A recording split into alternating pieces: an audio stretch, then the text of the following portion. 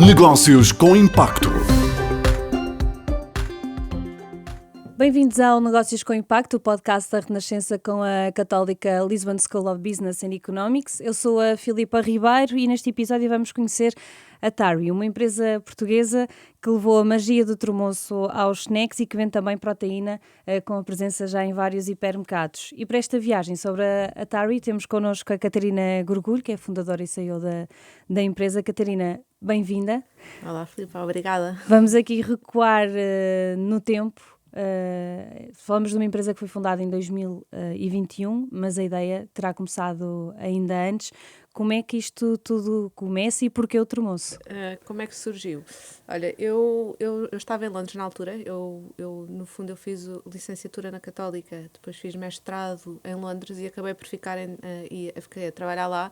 Background nada a ver com a alimentação, trabalhava em consultoria, depois fui para finanças e eu acho que uma das formas de eu tentar, ou de eu conseguir lidar com o stress da vida de Londres e também da indústria onde eu estava foi através do exercício físico. Eu comecei a correr e a partir da corrida comecei a alimentar-me bem, porque tive vontade de ter melhores hábitos e decidi experimentar uma dieta à base de plantas. Portanto, eu fiquei totalmente vegan durante cerca de 2 ou 3 anos e eu tive imensa dificuldade em encontrar proteínas vegetais, porque eu não conseguia digerir o grão de bico, o feijão, as lentilhas, estava sempre inchada, era indigesto, e depois são leguminosas que nos vendem como proteína vegetal, mas quando se olha para o perfil nutricional tem muito mais hidratos de carbono do que tem sequer proteína.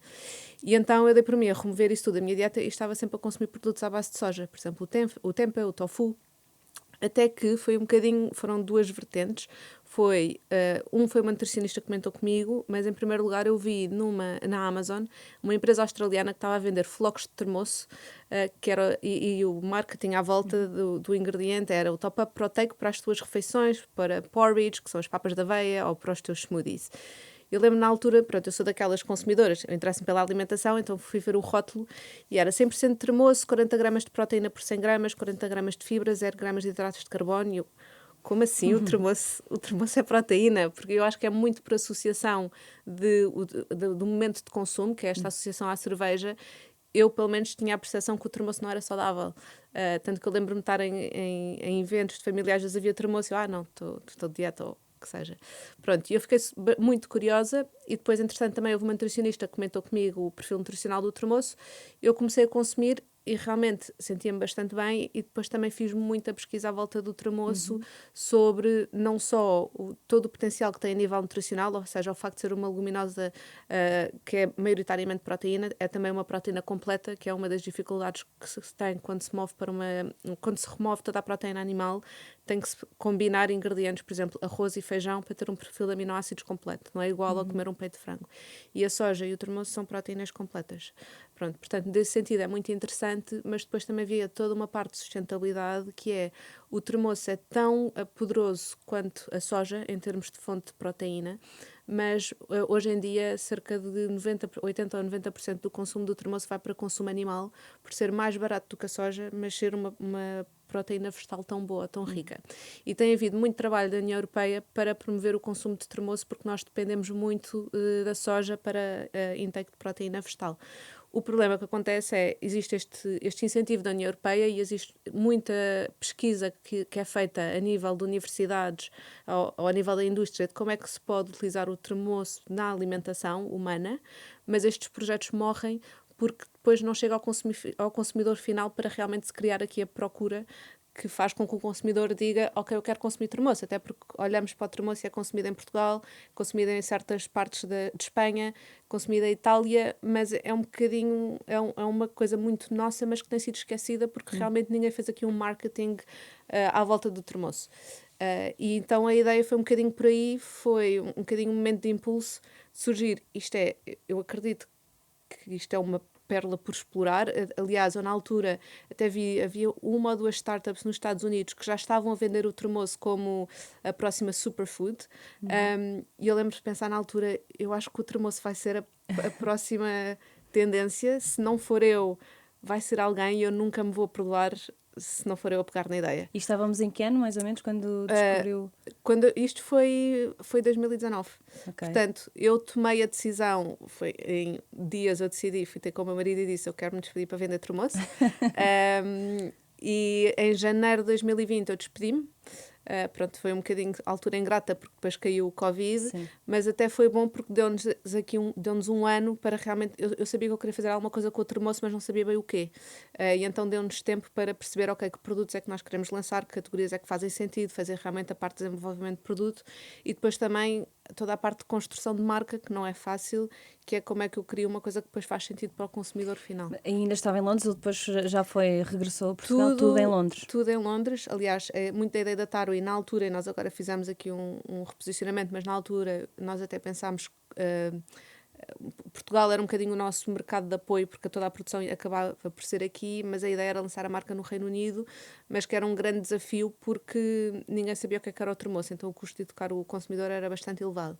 E o que acabou por acontecer, eu só agora, que eu mudei-me agora vou dizer em junho, é que eu me mudei para Portugal, e portanto desde 2020...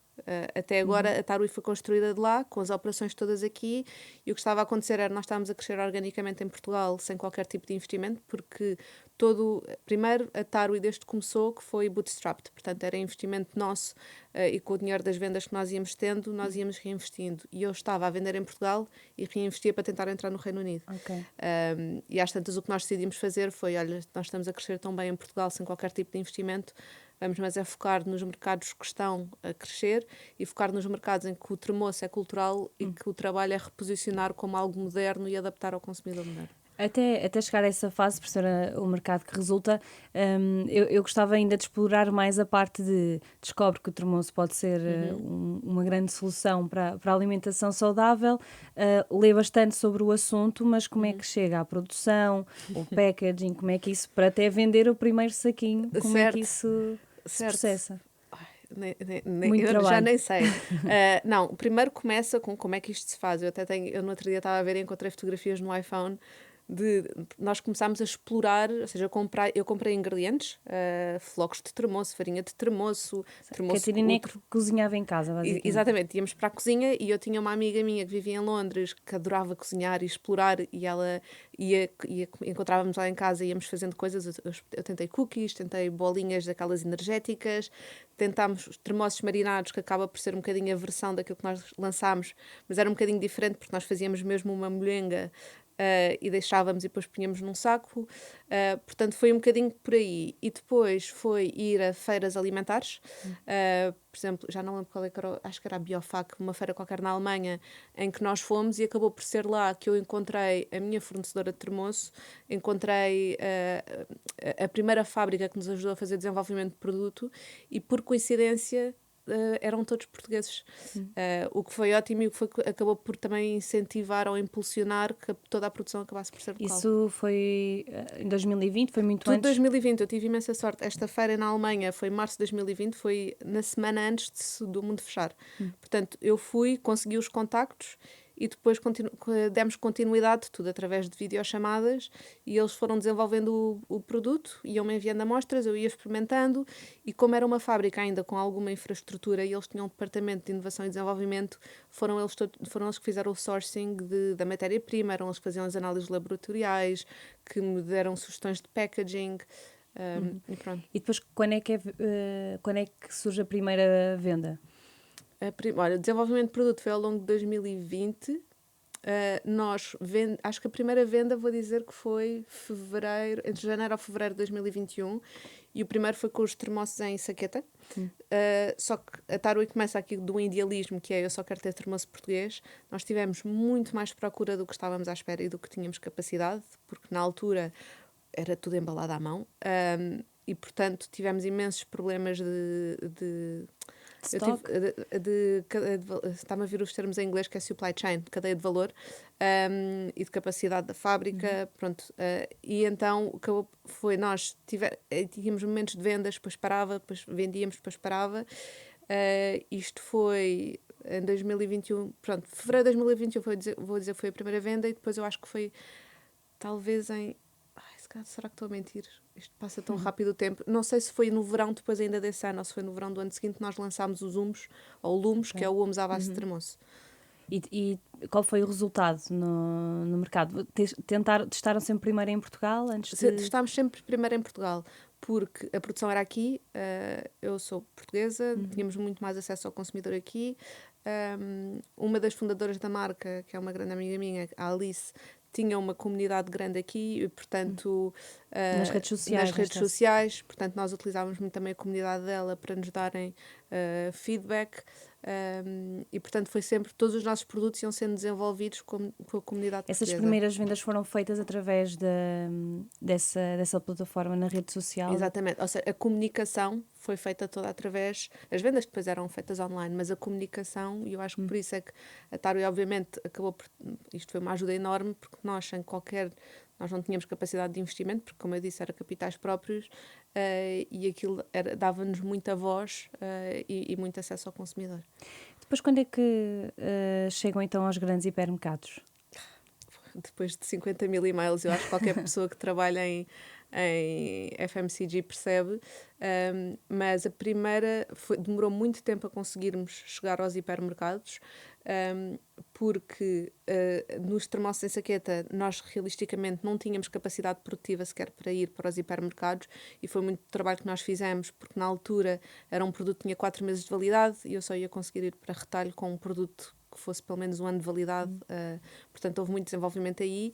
E com os humos era muito difícil, e a ideia dos humos foi, eu estava no Reino Unido a tentar vender os snacks em saqueta e o consumidor inglês não sabia o que era um tremoço, e depois quando pensa em snack pensa numa coisa seca e crocante, e então abre e eu tinha que dizer it's a Mediterranean edamame, e tinha que explicar e fazia a comparação com o edamame. E começámos a olhar para a categoria de dips e de humos, e era uma categoria muito grande em termos de valor monetário, mas que não tinha muita inovação. Só havia humos à base de ground beef, e a inovação que havia era em termos de sabores. E então o que nós pensámos na altura foi, e por que não experimentar fazer um hummus em que substituímos o grão por tremoço? E a experiência era muito similar, no sentido em que não parece que eu estou a ter um produto de dieta, porque sabe bem e é cremoso, mas nutricionalmente tem metade das calorias, metade da gordura, não tem hidratos de carbono, portanto é uma opção mais leve ao hummus tradicional.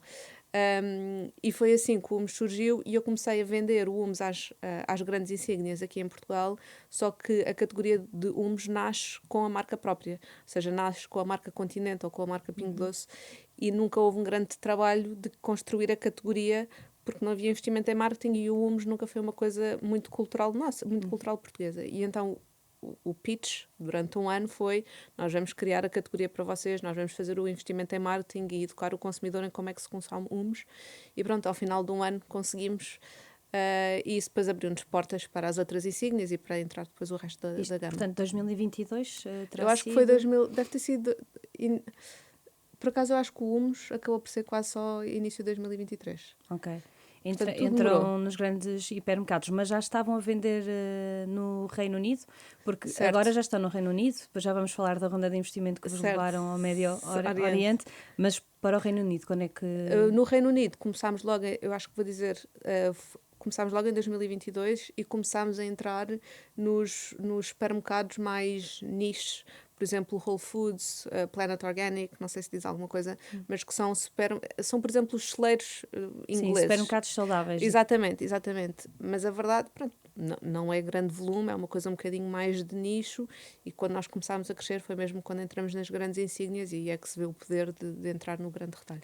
No Reino Unido foi através de contactos que a Catarina já tinha LinkedIn, pronto, eu acho que muito do trabalho, eu acho que com qualquer fundadora com que falo, eles percebem que é ir atrás do LinkedIn, chatear, perceber quem é que tem conexões em comum, e pronto, adivinhar e-mails. Sempre e um contacto persistente. Exatamente. Muitas vezes fazer esperas à porta do escritório, com Aconteceu? amostras. Sim. Era a própria Catarina que levava... Tudo era eu que fazia. Agora já não, mas era eu que fazia, por exemplo, os sampling em loja, estar sentada com o balcão a dar a provar e a explicar o produto e ver a reação do consumidor. Assim, é um trabalho duro.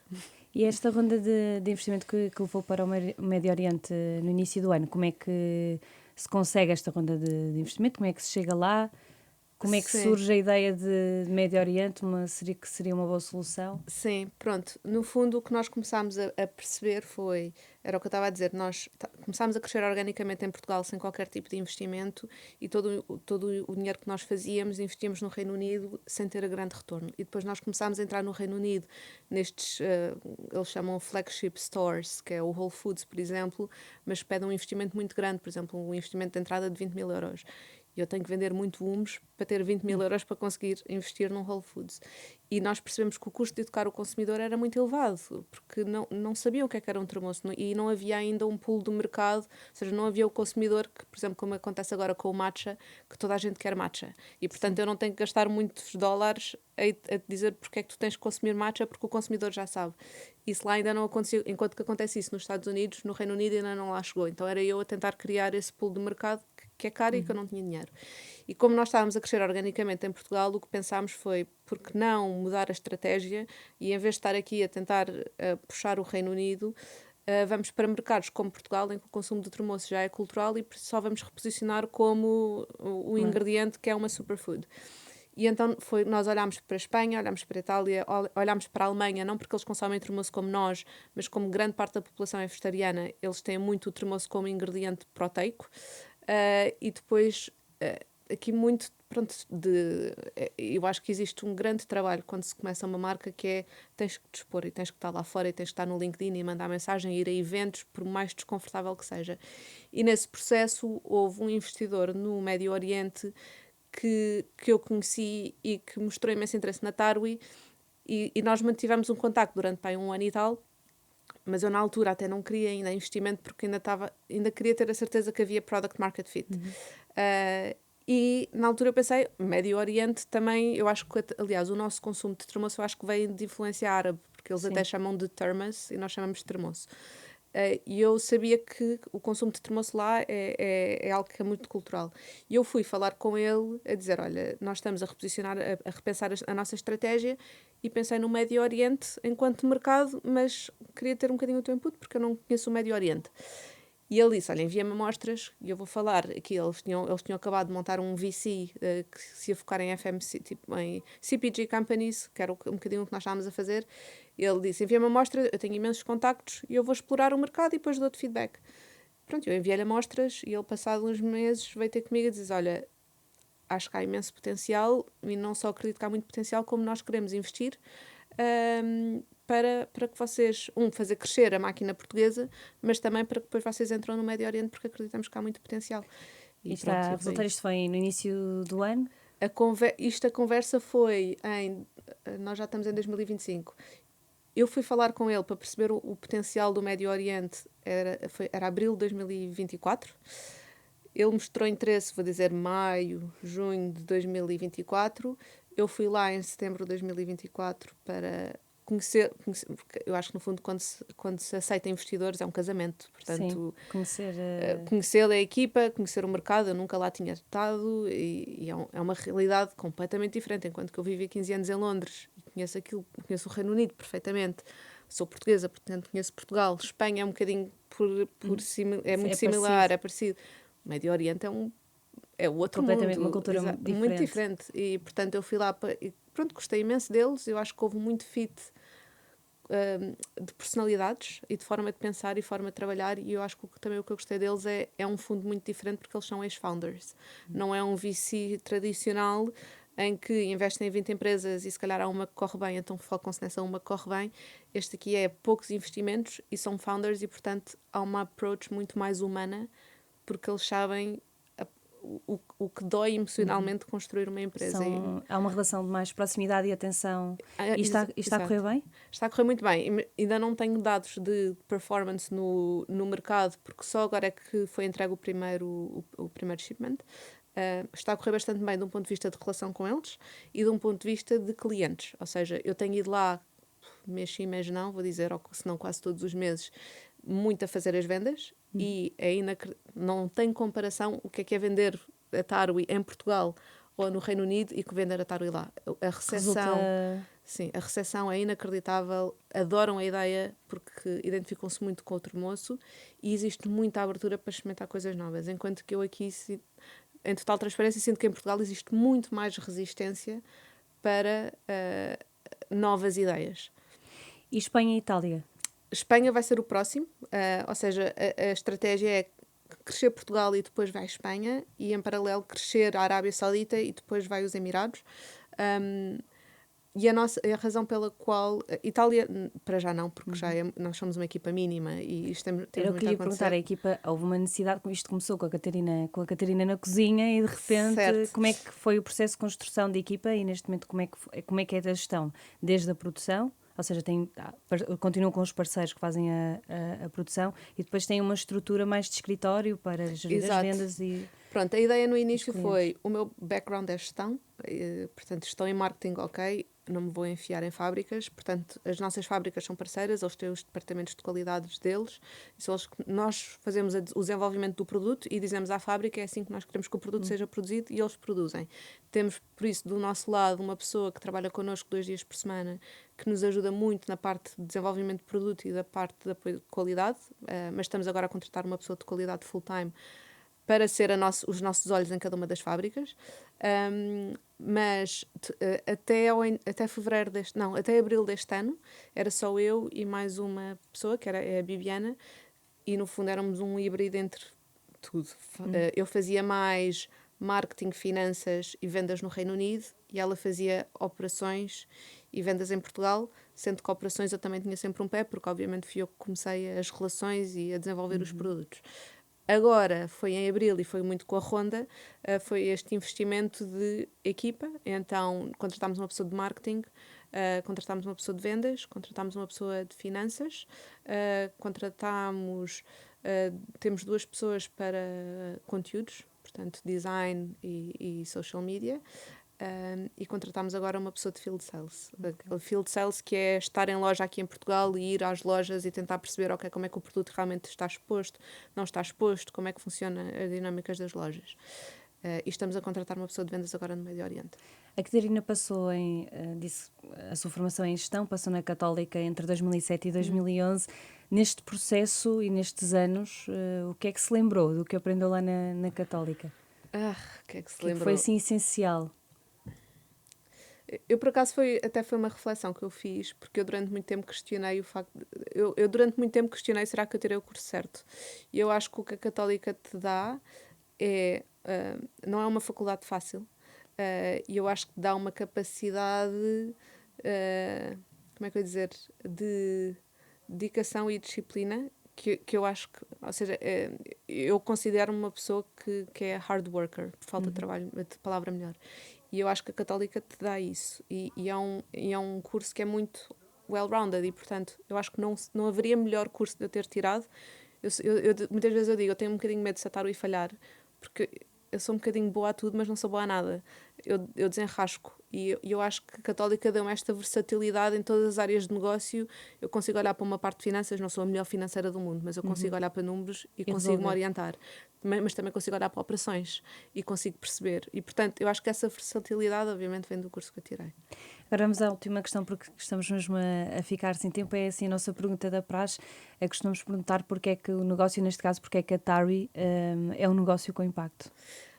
Estou a dar a conhecer o termoço português ao mundo, para além de que o termoço tem, de um ponto de vista de sustentabilidade, é inacreditável. E falta só aqui uma pergunta, que é a questão da parte financeira. Como é que está a saúde financeira da TARI? Uma vez, tendo em conta que houve esta ronda de investimento. Certo. Nós, em termos de vendas, duplicámos desde de janeiro para, vou dizer agora, outubro, o último mês que nós fechámos, duplicámos em termos de vendas mensais, o que já é muito positivo. E eu acho que agora, com a entrada na Arábia Saudita e nos Emirados já em janeiro, eu acho que segundo o meu business plan, eu acho que o jump vai ser exponencial, mas está a correr muito bem. Catarina, muito obrigada. É fundadora da TARI, a empresa que apresentamos hoje aqui no Negócios com Impacto, o podcast da Renascença com a Católica Lisbon. Agora teremos uma breve interrupção a propósito do Natal e também da semana de passagem de ano. Vamos regressar em janeiro. Até lá, um bom Natal a todos.